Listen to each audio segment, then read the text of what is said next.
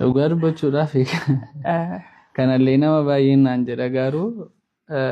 natti tolaanaan baay'isoo birrii argadheennaani maal ofiif godhuun jedhu hojii nan hojjedha sababa ta'eef hojii hojjedhee gaafan birrii argadhu ofii koo maal godhu wanti jedhamu tasanatti dhaga'amee hin beeku isuma dhugumaan kun riyaalitii ma jiru jechuudha birriin harka jira taanaan booniif maal bitu maal biteefii galu gaafa waan bitaniif galu na cannaqa na jibbisiisa baqa dafee faarrafamna raatii ma nyaadhee maal jedhee taayyuu bakka wajjiniin kolfee akka durii hin taphadhu. Garuu